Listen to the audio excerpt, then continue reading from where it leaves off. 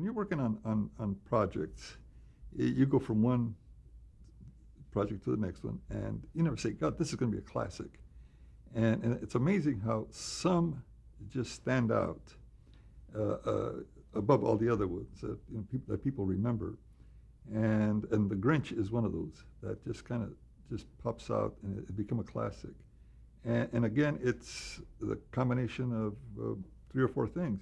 It was a great story, Dr. Seuss. It was the great character, the Grinch, and Chuck, the timing, and there was the music, there was the voice, that voice of Boris Karloff. I mean, I can't imagine anybody else doing that. And the music, the music just, so it's a combination of things. And when all those different elements click, I mean, it just grabs you. And, the design, those Maurice Noble backgrounds were just, beautiful. And it's become a classic, and everybody, it's one of their favorites. And you cannot think of Christmas without thinking of the Grinch.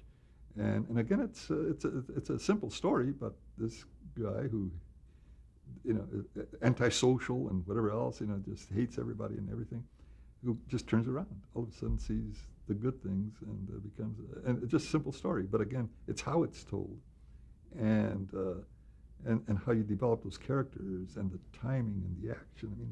I mean, and again, like I said earlier, the Chuck knew his animators, and he gave the scenes to Ken that had all that personality. He had captured the essence of the character, and whatever the mood was, whether he's surprised or whether he's angry and kind of thing, he captured it.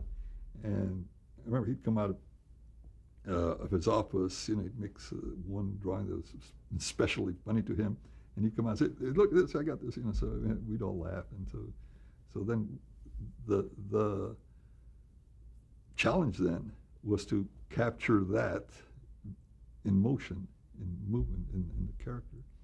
And but that was a great challenge.